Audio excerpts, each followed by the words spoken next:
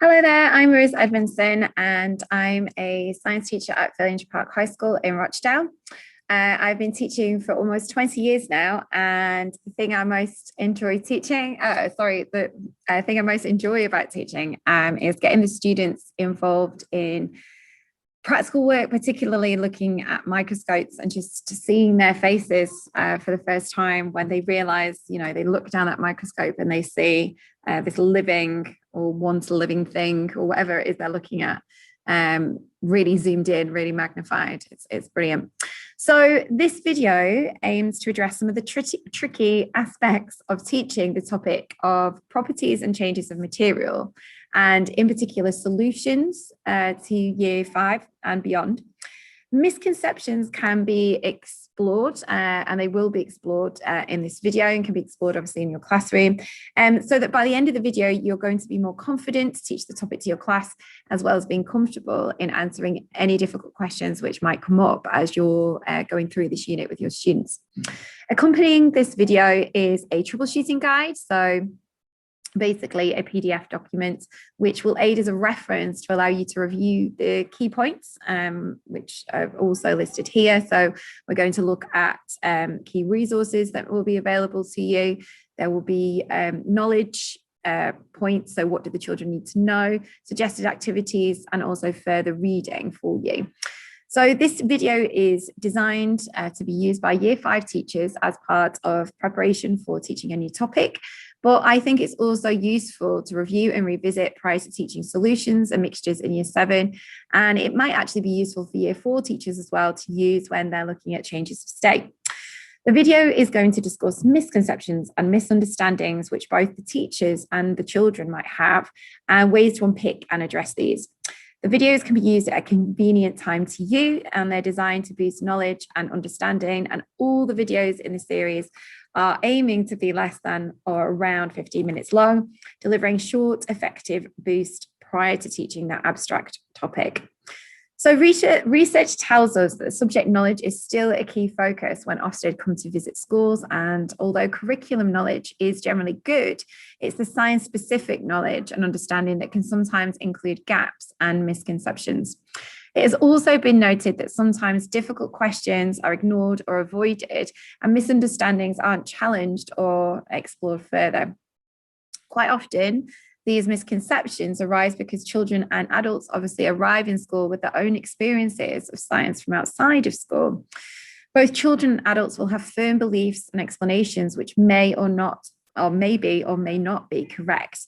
Research suggests that providing children and teachers with time to explore and challenge these misconceptions can be especially effective. And running a commentary alongside any of the activities that you see in this video today can help to change and clarify thinking, which is basically what we're all aiming to do. So, what if a child asked you, why has the salt disappeared in a solution? After they've dissolved some after they dissolve some salt in water, they ask that question. So how might you approach answering why has this salt disappeared?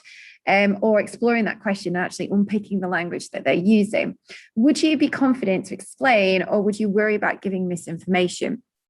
So looking at the next slide on here, there are some, and this is on the reference document mentioned at the start as well, there are some places again that you can go to get some guidance, further guidance with this. The best evidence science resources are there based on solutions, which are really good. Also the plan material as well goes through what they need to know and gives you some overviews of some misconceptions as well. And then there's also this brilliant PDF produced by the PSTT as well. There's also obviously a need to know what the children need to know. So that's written here on this slide. So I'll just let you read that.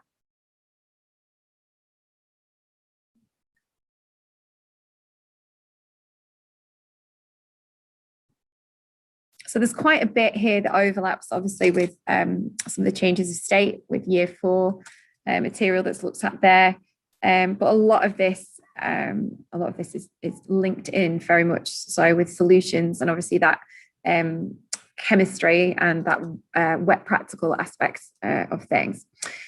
So ensuring that children in year 5 have a clear understanding of solutions and also reversible changes will really help them in their science learning and strengthen their next steps when they visit solutions and mixtures again in year 7. However, there are lots of opportunities to embed misconceptions. And if we're not careful, even more so because of the fact that when we explore dissolving and melting, substances are able to dissolve and melt based on what they can't see. So it's what's happening with the particles. So although it's easy to see something dissolve or melt or even evaporate, to really understand what's going on, it is really, really very tricky to try and explain. And there have been a lot of misconceptions, which I've picked up on as a teacher over the last 20 years. But these can come during the teaching, can come before and obviously after it's been taught as well, particularly if they're using some of this language at home. So thinking about that question, why has the salt disappeared? If I show you some of these misconceptions now, can you identify what's the misconception that might need addressing in that question that the child has asked earlier on? So having read through that, it's the misconception that a solid no longer exists, but actually instead it's disappeared, when in fact, it's dissolved, which you can completely understand, given that if we dissolve something like salt or sugar in water, the solution becomes transparent. So according to the Royal Society of Chemistry, children rely really quite heavily on sensory information when reasoning about matter. So when you're talking about states of matter, even up to the age of 14. So, I will experience this in a secondary setting as well.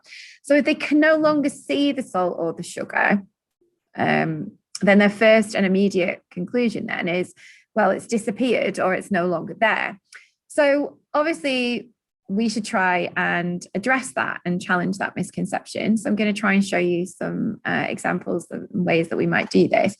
But I just wanted to say, first of all, that I think it's important that we show a wide range. So when we're talking and using about solutes and solvents, we use a variety, but actually we really think about using coloured ones, because obviously the colours there then, if we're using salt or sugar in water, for example, it does become transparent. But if we're using some of the solutes that happen to be a different colour, so like tea, coffee, Skittles. So I'm just going to try and share with you some examples of this. So by looking at what we've got under here. So obviously, you might not necessarily have beakers in your classroom. You might have just cups, plastic cups, works fine. So you might want to try dissolving some Skittles, for example, and obviously there's different colours of Skittles.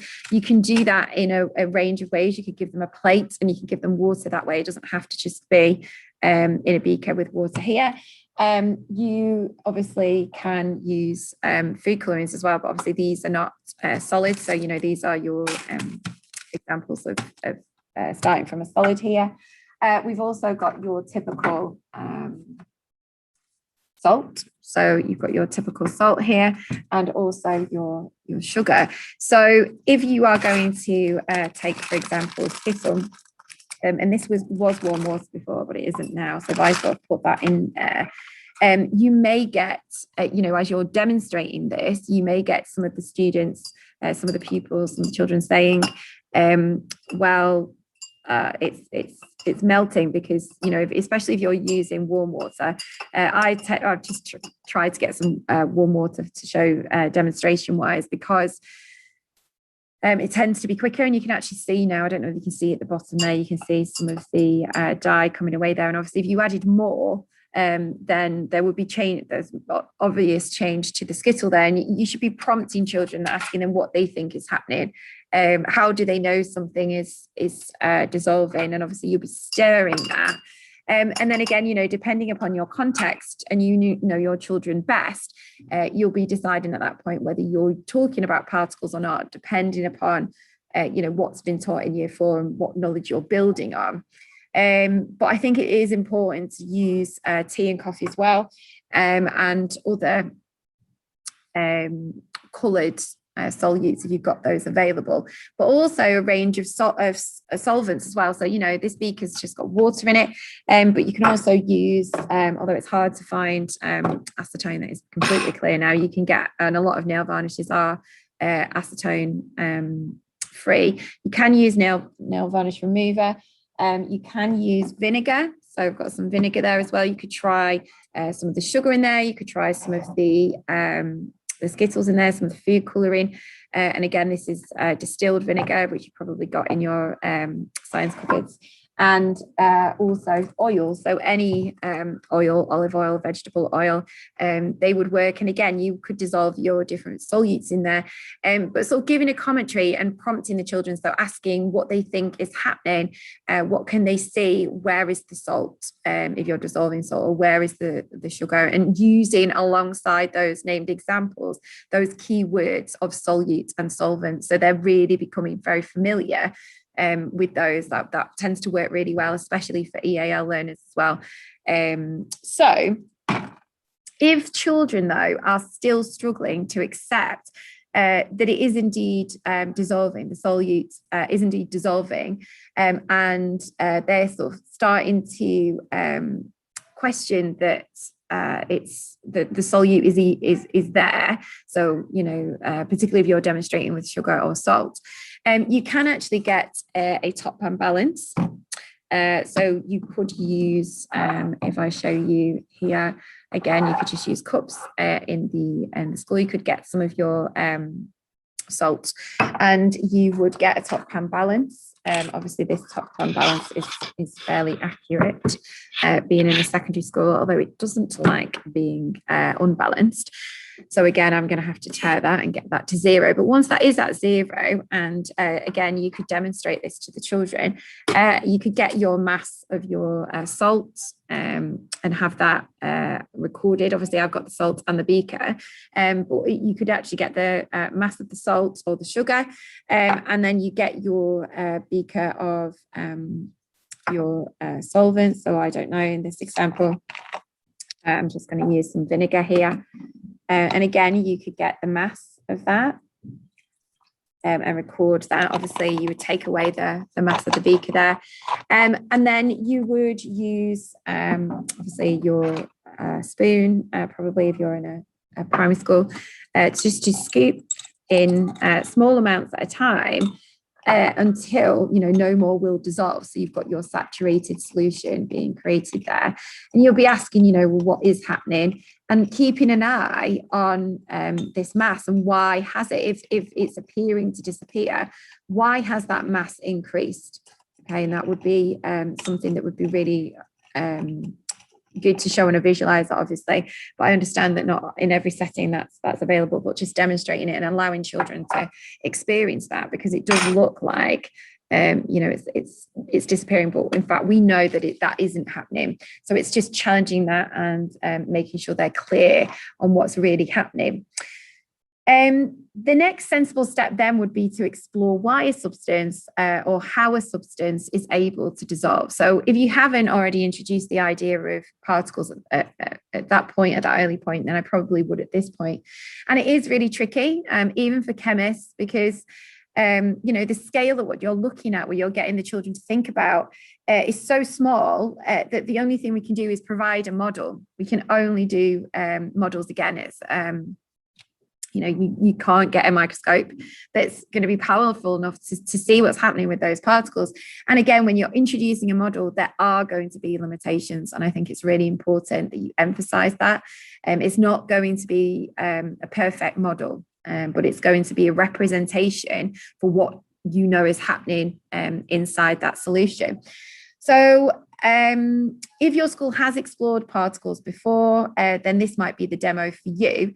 I came across this on doing some reading, and I actually quite like this as a demo. So I'm just going to move the scales away, because in the past, what I've been used to using is sort of peas as a model, but this is a model where we've got lentils and we've also got raisins. So the lentils are actually being used as particles to represent what's happening in a or in the solvent.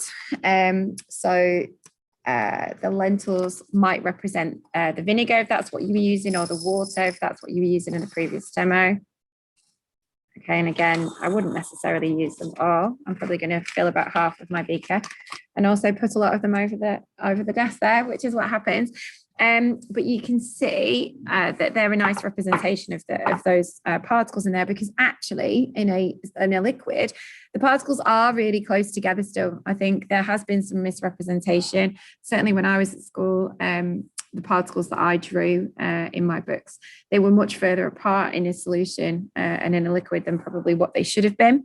And so then you can add your raisins, and your raisins are representing the solute. So initially, obviously, when you're putting it into your solvent, they will sit at the top. So this is why you need to sort of get your another stirring rod or a spatula or a spoon or something to show what's happening. So you're modeling what's happening. And then you can see that what you're creating then is this mixture. And I know there is a significant difference in size. So again, this is a limitation of the model that you're using, but it should show them that there are spaces between the solvent molecules, but they're not as big as what they think. And I think that using the raisins and the lentils in this way really helps that. I think it's a much better model than the peas and the salt model, as it prevents them thinking that the gaps are really small. There are gaps there, but in fact, it prevents them thinking that the gaps are really big. There are still gaps there, but they are quite tiny. And it shows that a mixture has been formed. You know, if you see down the side there, eventually some of the, well, already those raisins are at the bottom. And children can see that those two substances have come together and they fit and they mix completely. So I think, you know, obviously before you use your model, be sure that you're confident with it and you know the limitations of it. Another misconception which can occur is that of confusing melting with dissolving. That's a really, really common one. So, for example, when chocolate melts on their tongue, they might tell you that the chocolate is dissolving. But of course, we know that in fact it is melting, and you know they might not be aware of that because of they might not be aware of that. They're probably not aware of the temperature of their body.